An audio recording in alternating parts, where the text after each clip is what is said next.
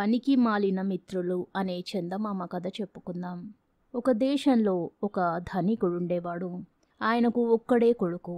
వాడు పెరిగి పెద్దవాడయ్యాక తండ్రి వాడితో, నాయనా, జీవితంలో అన్నిటికన్నా విలువైనది స్నేహం.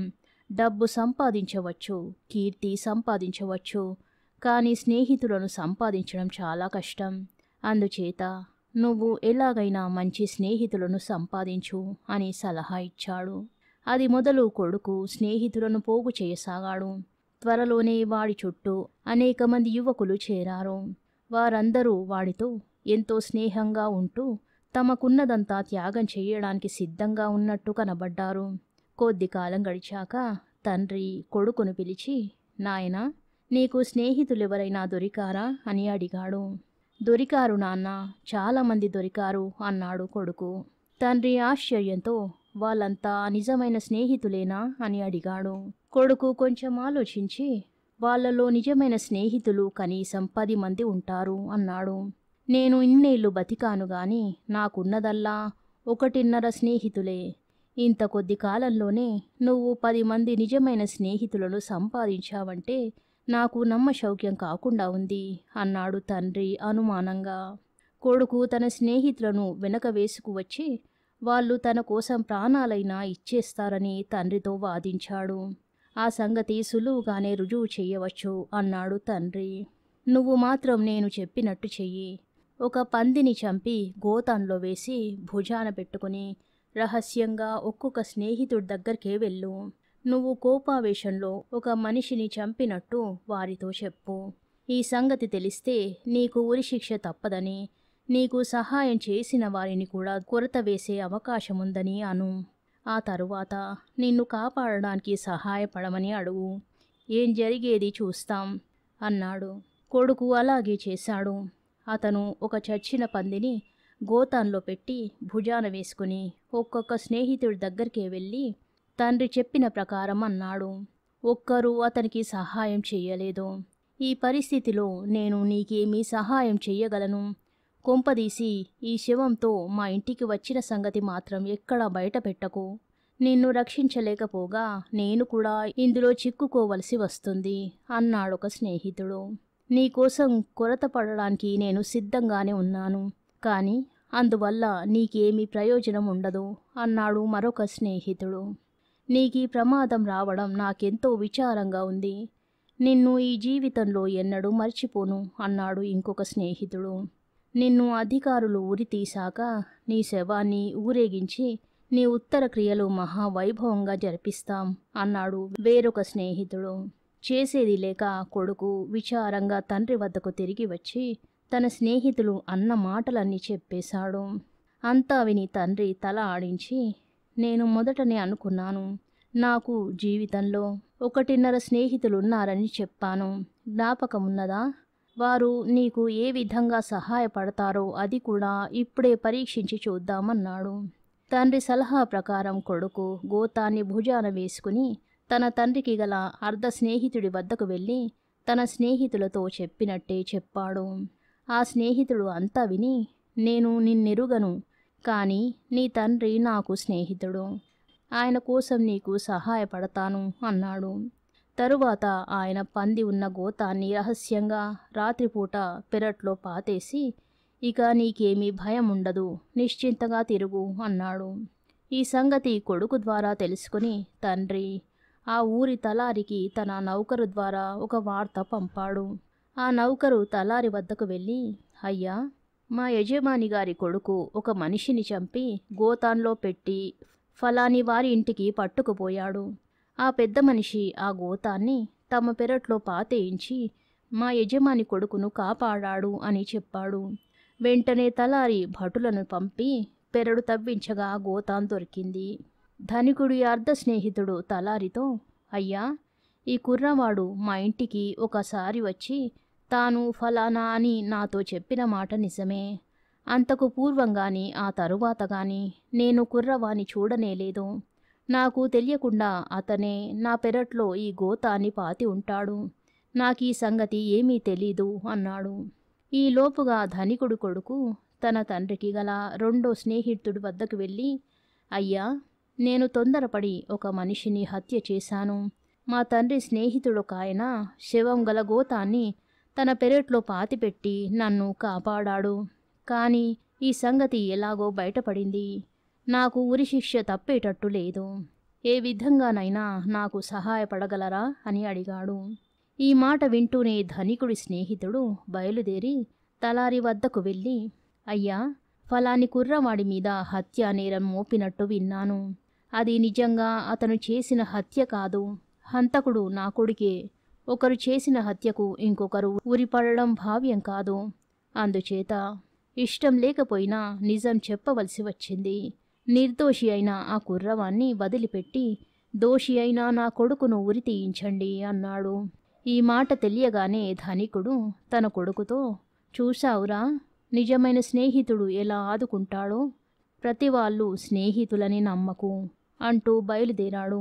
ఆయన తలారి వద్దకు వెళ్ళి జరిగినదంతా చెప్పి, ఆ గోతాంలో ఉన్నది మనిషి కాదు, పంది.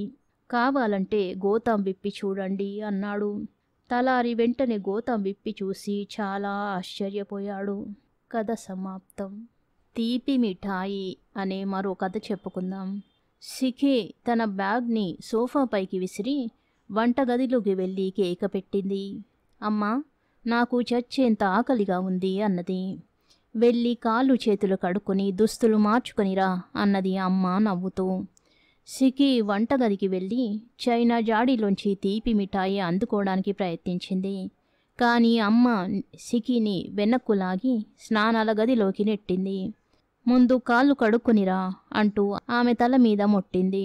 సిఖి దుమ్ము పట్టిన ముఖాన్ని చేతులతో తుడుచుకుంటూ స్నానాల గదిలోకి వెళ్ళింది. సబ్బుతో తన ముఖాన్ని చేతుల్ని కడుక్కుంది. త్వరగా రావే బయటకు, నీటితో ఆడుకోకు అంటూ అమ్మ అరిచింది. సిఖి తల్లి మాట పట్టించుకోకుండా తన ఆటల్లో తాను ఉండిపోయింది. చివరకు ఆమె స్నానాల గది నుంచి బయటపడి వంటగదిలోకి వచ్చింది. కడుక్కోవడం పూర్తయిందమ్మా, తినడానికి ఏదైనా పెట్టు అంటూ తొందర చేసింది. అమ్మ తన చీర కొంగుతో ముఖం తుడిచి నవ్వింది. కూతుర్ని కూర్చోబెట్టి పల్లెంలో అన్నం పెట్టి ఆమె ముందుంచింది. పప్పు, అప్పడం, ఆమెకిష్టమైన తీపి మిఠాయి కూడా ఇచ్చింది. తీపి మిఠాయిని చివరలో తినాలనే దుగ్ధతో శిఖ పప్పన్నం త్వరగా ముగించింది. తీపి మిఠాయిని తన చిన్ని చేతివేళ్లతో అందుకుని చప్పరించసాగింది. నోట్లో పెట్టుకుంటే చాలు కరిగిపోతోంది మిఠాయి. అమ్మ చేసే మిఠాయి అంటే ఆమెకు చాలా ఇష్టం. ఆదివారాల్లో అపరాహ్న వేళల్లో అమ్మ కునుకు తీస్తున్నప్పుడు షికి మెల్లగా వంటగదిలోకి వెళ్ళి చైనా పింగాణి జాడి వద్దకు వెళ్ళి తీపి మిఠాయిని లాగించేది. జాడి వద్దకు వెళ్ళడానికి ఆమె కొన్నిసార్లు కొయ్యబల్ల, ప్లాస్టిక్ బైసైకిల్ కూడా ఉపయోగించేది. ఉయ్యాలలో లేదా పెరడులో కూర్చుని తన మునివేళ్లతో ఆ తీపి మిఠాయి బద్దలను నిమరడం అంటే ఆమెకు చాలా ఇష్టం. ఒక్కోసారి అమ్మకు కాస్త నలతగా ఉండి సాయానికి రమ్మని పిలిస్తే సికి అస్సలు స్పందించేది కాదు. ఏదైనా సమాచారం కోసం లేదా గ్లాసు నీళ్లు తెమ్మని అమ్మ అరిచేది. కానీ తాను చదువులో మునిగిపోయి ఉన్నానని, అలాంటి పనులు తననే చేసుకోమని సికి బదులిచ్చేది. అలాంటి సందర్భాలలో అమ్మ నిట్టూర్చి తన పనులు తానే చేసుకునేది. సిఖి ఏదైనా తప్పు చేసినప్పుడు ఆమెను పట్టుకోవడానికి వస్తే తన కొయ్య మంచం వెనుక సిఖి దాక్కునేది. ఒకరోజు బడి నుంచి తిరిగి వస్తున్నప్పుడు సిఖి తన మోకాలు రుద్దుకోవడం ప్రారంభించింది. మోకాలిపై రక్తం వస్తుంది. చాలా బాధగా ఉంది. ఆమె ఇంటికి చేరుకుని తలుపులు తట్టి, అమ్మా, నాకు దెబ్బ తగిలింది అని అరిచింది. ఇంట్లోంచి సమాధానం రాలేదు. మళ్ళీ అరిచింది. కానీ అమ్మ స్పందించలేదు. సికి, బంగారు, రామ్మా అని పిలిచాడు నాన్న. అమ్మను ఆపరేషన్ కోసం ఆసుపత్రిలో చేర్చాము. ఆదివారం ఆమెను కలుద్దాము, సరేనా? కానీ నువ్వెందుకు ఏడుస్తున్నావు అని అడిగాడు. దెబ్బ తగిలింది నాన్న, చెప్పింది సిఖి కన్నీళ్లు కారుస్తూ. అయ్యో, ఎక్కడైనా పడ్డావా? రా అంటూ నాన్న సిఖిని స్నానాల గదికి తీసుకెళ్ళి ఆమె మోకాళ్ళు కడిగి దుస్తులు మార్పించాడు. గాయంపై పురుగు ముట్టకుండా పూతమందు పూసి బ్యాండేజ్తో కట్టుకట్టాడు. అమ్మ ఎప్పుడొస్తుంది నాన్న అని అడిగింది సిఖి అయోమయంగా చూస్తూ. 10 రోజులు పడుతుంది తల్లి, చెప్పాడు నాన్న. సరే కాని వెళ్ళి నీ భోజనం ముగించుకునిరా అంటూ సంభాషణ ముగించాడు. వంటగదిలో పల్లెల్లో కాస్త అన్నం పప్పు, కాస్త తీపి మిఠాయి బద్ద, గ్లాసు పాలు ఉన్నాయి. ఆ రోజెందుకో తీపి మిఠాయి బద్దను ఇష్టంగా తినలేకపోయింది సిఖి. ఆమె తన ప్రపంచం నుంచి బయటపడింది. ఎక్కడో తప్పు చేసినట్లు భావన కలిగింది. నేను అమ్మను ఎప్పుడు పట్టించుకోలేదు, అమ్మ మాట వినలేదు. అమ్మ తిరిగి రాకుంటే సిఖికి ఎటూ పాలుపోలేదు. నాన్న తోడుగా ఉన్నప్పటికీ ఆ రాత్రి సిఖికి నిద్ర పట్టలేదు. మరుసటి రోజు నాన్న బడికెళ్ళడానికి సిఖిని సిద్ధం చేశాడు. నాన్న ప్రతిరోజు సిఖి వాళ్ళమ్మ వద్దకు వెళ్ళేవాడు. అమ్మ లేకుండా సిఖికి ఏమాత్రం సహించడం లేదు. బొమ్మతో ఆడుకోవాలనిపించడం లేదు. కథల పుస్తకాలు చదవడం లేదు. పెరడులో మామిడి చెట్టు పైకెక్కి ఊగాలని, ఆడుకోవాలని కూడా ఆమెకు అనిపించడం లేదు. తనకెంతో ఇష్టమైన తీపి మిఠాయిని కూడా ఆమె ఇష్టపడలేదు. చైనా పింగాని జాడి ఆమెను రారమ్మని పలుసార్లు పిలిచింది. అక్కడ ఆమెను మందలించడానికి ఎవరూ లేరు.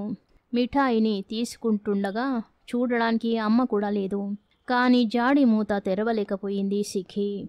ఆదివారం అపరాహ్నం తర్వాత సిఖి నాన్నతో కలిసి అమ్మను కలిసేందుకు వెళ్ళింది. సిఖిని చూడగానే అమ్మ ముఖం వికసించింది. ఆమెను చెంపపై ముద్దు పెట్టుకుని హత్తుకుంది. ఎలా ఉన్నావు తల్లి అడిగిందామె. కళ్ళల్లో నీళ్లు తారాడుతుండగా సిఖి మాట్లాడలేకపోయింది. ఈ సంవత్సరం నీకు కొత్త రకం మిఠాయి చేసి పెడతాలేమ్మా అంది సిఖి వాళ్ళమ్మ. సిఖి మెల్లగా తలూపింది. ఇంటికి వచ్చిన తర్వాత సిఖి ఆ రాత్రంతా ఏడుస్తూనే ఉంది. నాన్న ఆమెను ఓదార్చడానికి ప్రయత్నించాడు. ఆమె తల నిమురుతూ, అమ్మ త్వరలోనే వచ్చేస్తుంది తల్లి, నిద్రపోమరి అన్నాడు. ఒక అపరాహ్నం తర్వాత సిఖి తన అత్తతో పాటు ఇంట్లో ఉన్నప్పుడు తలుపు తట్టిన శబ్దం వచ్చింది. తలుపు తీసిన సిఖి ముఖం ఆనందంతో వెలిగిపోయింది. అమ్మ వచ్చేసింది, అమ్మ తిరిగొచ్చేసింది. ఒక్కసారిగా అమ్మను కావలించుకుంది. అమ్మ కూడా సిఖిని హత్తుకుని నవ్వింది. మొట్టమొదటిసారిగా సిఖి గ్లాసు నీటిని తీసుకొచ్చి అమ్మకు ఇచ్చింది. అమ్మ సిఖిని ముద్దు పెట్టుకుంటూ నీళ్లు తాగింది. నా బిడ్డ చాలా మంచిది అని చెప్పిందామె. సిఖి కళ్ళ వెంబడి నీళ్లు, ఉబికి వస్తున్న కన్నీటిని తుడుచుకోవడానికి ప్రయత్నించలేదు సిఖి. బావురుమని ఏడుస్తూ అమ్మ ఒడిలో ఒదిగిపోయింది. కథ సమాప్తం. శుభం.